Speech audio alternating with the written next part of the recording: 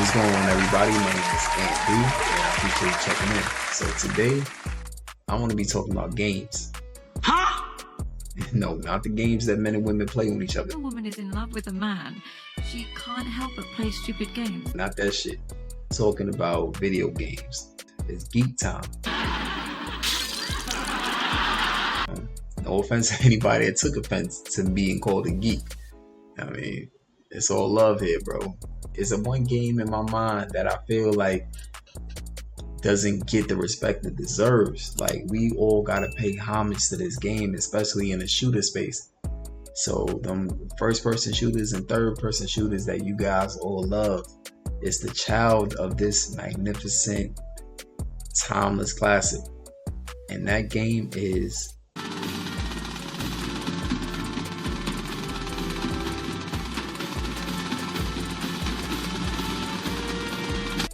GoldenEye 007.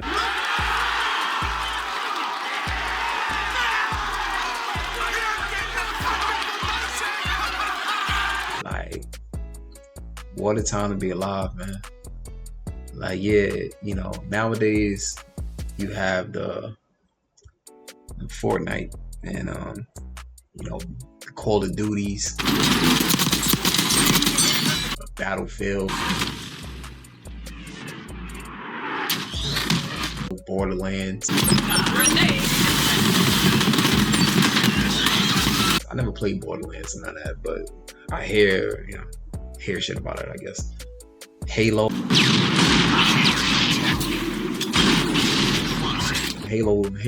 was hard too when it first came out. Hey, yo! Pause.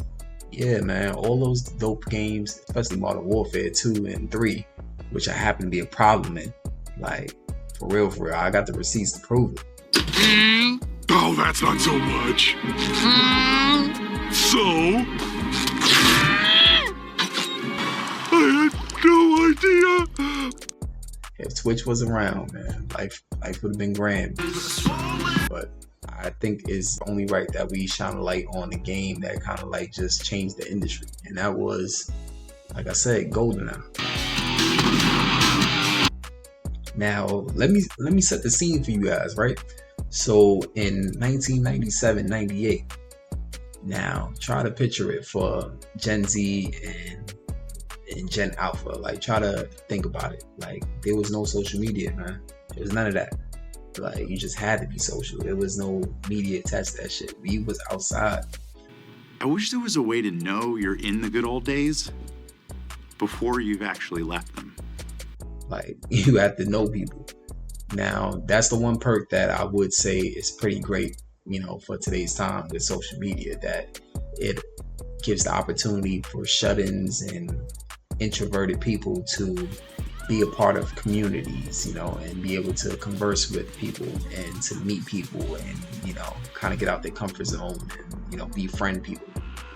But back then, if you had social anxiety or if you was introverted, whatever the case is, chances are the type of games you know, participated in was like, you know, Say the word you want to say. single player games.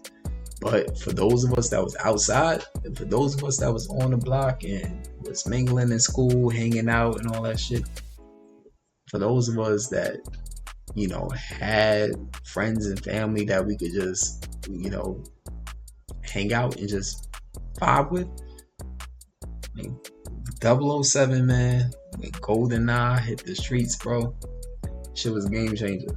He ain't lying. Now, up until that point, mind you, N64 was revolutionary in the fact that it was a console that had 4 controllers. That in itself was unheard of, because prior to that, the consoles we had only had 2 ports, basically, so only 2 people could play at once. So when N64 came out and they had, you know, Mario Party, Mario Kart, stuff like that, if you were a part of a large group, it kind of gave in more people the opportunity to play at a faster clip, and it was just more fun in general, because instead of you just, you know, being OP against somebody whose skills were just subpar, you was able to, you know, cut multiple people ass at one time. And that's if you was like that. Now for me, I was like that. according to the scratching of the head chapter. Look, what does that say? Bald-headed lies. Yeah, I'm probably still like that today, you know. I don't really gain too much, but it's kind of like riding a bike, I assume. But I kind of get off tangent. But back then, it was like you had to just be there. You get what I'm saying? Like you had to be present in order to really experience these things. So, you know, large groups of people, well, in my case, and I can only speak from my experience because I usually hung out in large groups.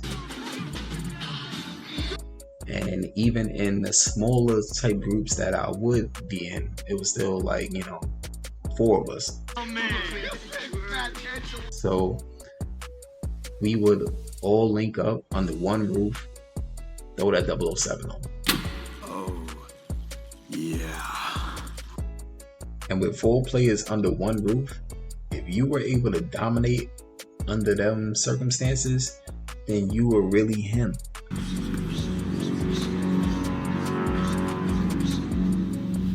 Because when I tell you the amount of screen watching, that screen jacking that was going on, there was no camping. Cap.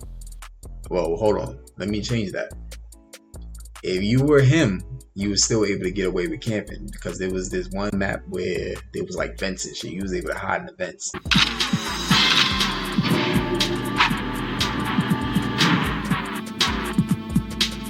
Especially if you was this player called Odd Job, it was short. But nonetheless, the point is that when you got 4 people under the same roof and everyone able to look at your screen, look to the side, look to the left, or whatever the case is, and peep where you at, yo, you have to be on it. That sleight of hand have to been on go all the time.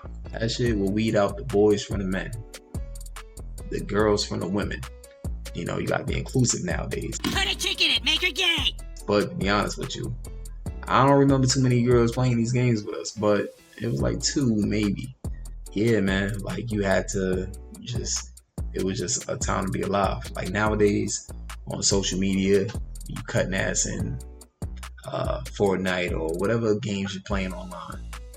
Modern Warfare, you got some randoms popping shit. Kid on the TV just called me a dickhead again.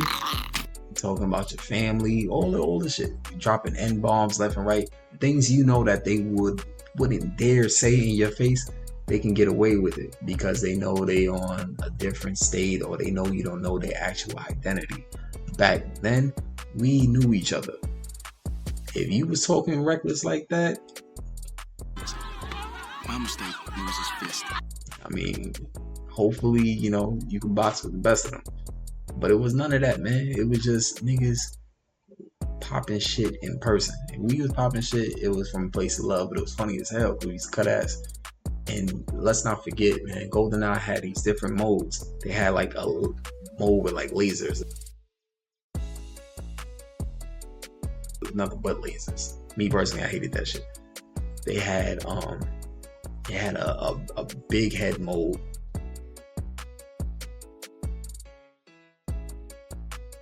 I beg your pardon?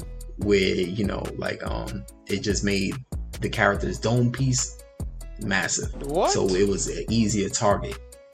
And that was kind of fun because everyone was kind of on the same playing field, and it was like a cheese, but everyone, you know, was, like I said, everyone had that handicap. So the game would be done faster, but it was still, you know, entertaining. And then they had like paintball mode.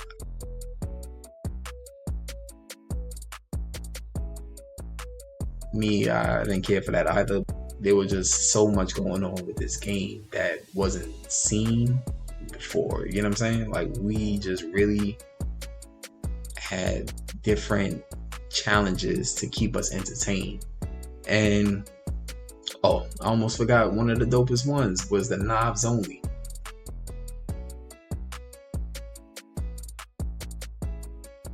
Knobs only was crazy, man.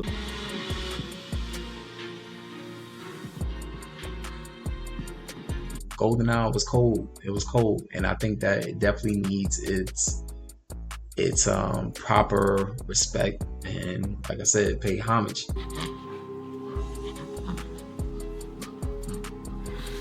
I almost forgot one key element: the start menu. Now, for the millennials, the OGs that was around for this, they understand what I'm talking about. When you're playing a game and you press start, yo, the coldest beat would drop. I mean, that beat was so cold that me and my homies used to put the game on just to press pause, just to fucking freestyle over that shit. It's been a while since I spit at 16. I enter the scenes, effortlessly destroying regimes. I'm building my team.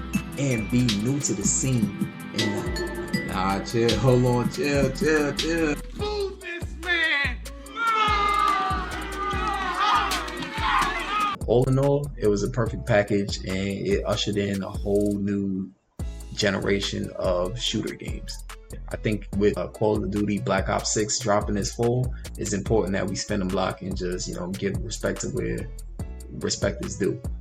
So yeah, so for Gen Z, Gen Alpha, who wasn't aware, now you know, man. Peace.